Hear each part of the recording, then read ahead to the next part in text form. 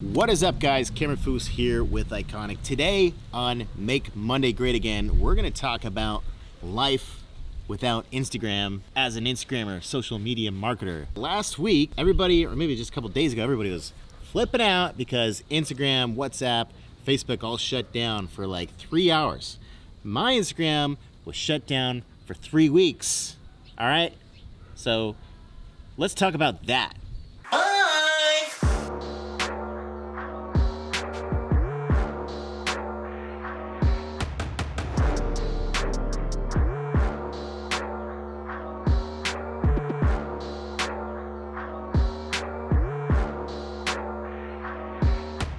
In today's episode, I'm going to talk about the pros and cons of running a business that was also built on Instagram, and what were the pros and cons of being an Instagrammer without an Instagram?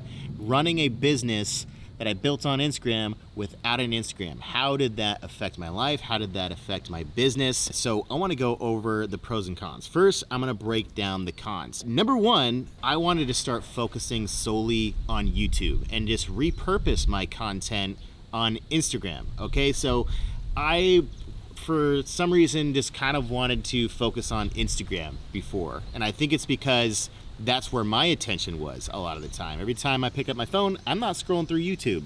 I'm scrolling through Instagram. But most of it's just girls' asses, bikinis. That's not relevant to anything or anyone.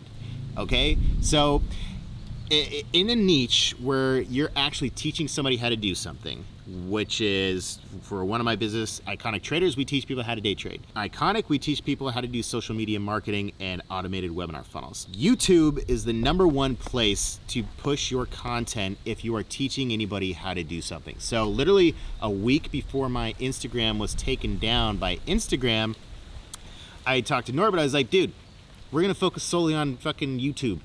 That's where it's at. When people want to know how to do something, where do they go? They go to YouTube and they search for it. They don't go to Instagram. Then I ran a poll on my Instagram and said, hey, where did you guys all find me? And proportionately, out of control, it was all on YouTube. So I think the focus, if you're doing any how-to service or consulting or anything, your number one source should be YouTube, and then you retarget your audience because they eventually follow you on Instagram. So that was the number one pro, was starting to focus on YouTube. Pro number two was just, being present. Instagram takes up so much of everybody's lives. When you look at your time, on your screen time on your phone, how much time are you spending on your freaking Instagram looking at a bunch of content that is meaningless?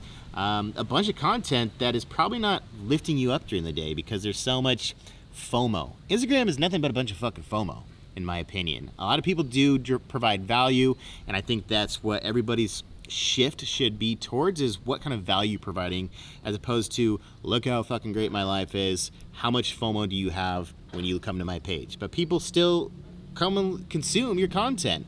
But it was nice just not having an Instagram and not having to deal with the bullshit FOMO. I actually unfollowed a bunch of people just because I didn't want to deal with it. I don't need that shit in my life. It doesn't lift me up. It doesn't make me feel better about my day. If a bunch of people are doing something fun and I'm not, I'm like, why am I doing this? That sucks. But, even though I'm chilling in a pool, like almost kind of flexing right now in Bali, here in a pool. But, I hope that I'm providing value in addition to some sort of lifestyle content, as opposed to just posting pictures of me doing cool things without having any purpose or meaning to it.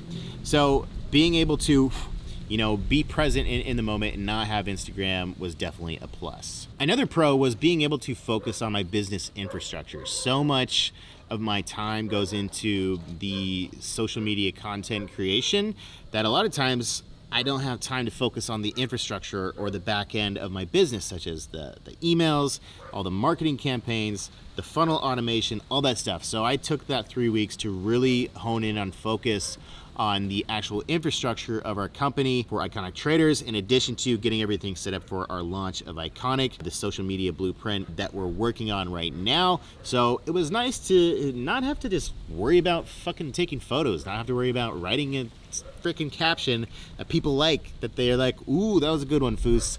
They give you a like, might even give you a comment, maybe even share it, maybe even bookmark it, So it was just nice not having to deal with fucking Instagram. Like, it was almost like, shit, I should do this more often. And I think more people should do that more often. Have a digital detox where you don't actually do anything on Instagram. You just go get off of Instagram every once in a while. Ideally, next time, it's on my terms and not on Instagram's terms. And another thing, I didn't even know if I was getting my Instagram back. I started up a brand new account, tried to do this viral video thing to blow that account up, and then the day before I got my original Instagram account back, it was deleted by Instagram for the terms was for pretending to be somebody else. So for pretending to be myself, after they got rid of my first account, they deleted it. And in that account, they won't even respond when I try to get it back. Okay, so we built it up to like 4,000 followers or something in like a week, and then it was just gone. So I don't know what your problem is, Instagram. You're really trying to mess with me here. I don't preferably like you that much. I like Google and YouTube better. They treat me better. They're my homies. All right. But anyways, the actual real reason why my Instagram was taken down was for too many music copyright strikes for putting music on my Instagram stories. They gave me a warning, and I just kept doing it. It's like, everybody posts music on their Instagram stories. And so I think you should be very careful about posting music on your Instagram stories. I only do not copyrighted, trademarked music, or no, not trademarked, licensed music. Epidemic Sound, Audio Jungle, Monster Cat, all that kind of stuff. So that was basically the only pros of not being on Instagram for 3 weeks. I don't want to do that again, especially not on my terms. Let's get to the cons. Talk about the cons. Obviously, all those pros that I just talked about, which were kind of nice, I don't want to go through that again. There really wasn't any legit pros, but I do think everybody should have a digital detox. And there was some less stress I didn't have to deal with. But number one was it was a dramatic impact on my revenue. Instagram is my number 2 source of traffic, my number 2 source of leads, my number 1 source of retargeting people after they find me on YouTube.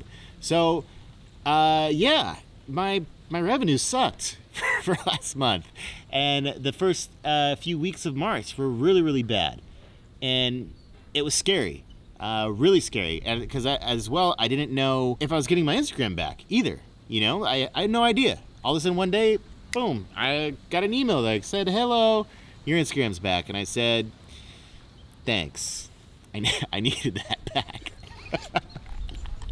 That's exactly what you were saying. I did. I ran around the pool and I jumped in the water, and I was super excited. But to have that gone was scary, and all of a sudden just to see the impact on my business, and like, shit, I got employees to pay.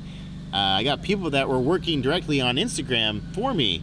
And so, yeah, it wasn't great. It definitely hurts your business, especially when you spend 8 years of your life building your brand on Instagram. So that was definitely a massive con. And it's funny, Gary Vee literally posted the day after my Instagram got deleted, what would you do if your Instagram was gone? And then all of a sudden the purge happened where Instagram was shut down. Everybody's freaking out on all the influencers were posting a bunch of stuff, doing a bunch of memes about, your Instagram being taken down. So when your Instagram gets taken down, it definitely hurts your business. So you need to focus on also not only building on your Instagram, but more importantly, building your email list, because that is the only thing you have control of. YouTube has control of you. Instagram has control of you. Facebook has control of you. Twitter has control of you. You can build an entire business for 10 years on any of these platforms, and they can be taken down by them, and you might not ever get it back. So it's scary to have so much control of your business at a third party that has control of you. So always focus on bringing people into your landing pages at your website and collecting their emails, because that's the only thing you have control of. Another con was just less clout, okay? A lot of what we do when we're networking with people has to do with having social media clout, having people on my show, The Profile, having people come on my podcast. If I all of a sudden just restart my account and I have 1,000 followers and I'm DMing people hey dude, you should be on my podcast, they're gonna look at my account, be like, this guy has 1,000 followers. Is there any sort of exchange in value there? No, not really. So that was so much money and time invested into building my Instagram account to have my clout just be taken like that, okay? In addition to that, social media is currency. A lot of times if we go on quick trips somewhere, we'll have my assistant plan out what we call an influencer trip. If you look back at my video in Dubai, I posted a video in Dubai saying 1 week in Dubai as an influencer equals epic. And just about everything we did in that video was free because I had social media clout and I had social media currency. Due to my following on YouTube and Instagram, restaurants, free helicopter, free Ferrari, free hotels, free 5-star resorts, all that stuff can be given to you for free in exchange for value because you're providing exposure on your social media. So to have my Instagram just be completely boom, poof, gone in a day, that was a dramatic impact on my ability to have social media clout,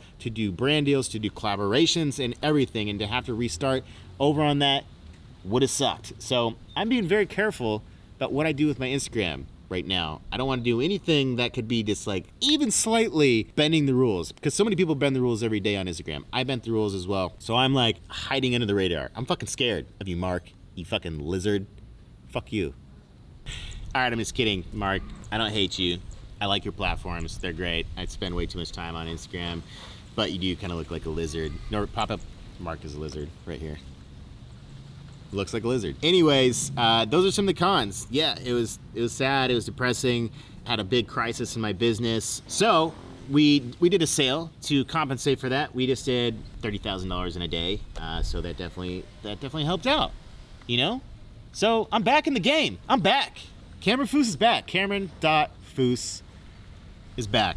But anyways, guys, that was kind of life of an Instagrammer without an Instagram. All I can really say is it's not fun, but prepare for that to potentially happen to you. Instagram is probably making some changes. Organic reach is probably gonna go down. They're probably gonna turn it into a Facebook where you gotta pay for advertisers the whole time. So know that. Be prepared, be careful, follow the rules. Anyways, guys, that is it for today's episode of Make Monday Great Again. If you like this show, if you want more value, if you wanna see me continue to stand in pools, shooting videos, like, comment, subscribe, share. See you in the next episode. Later. Oh! Protect the gear.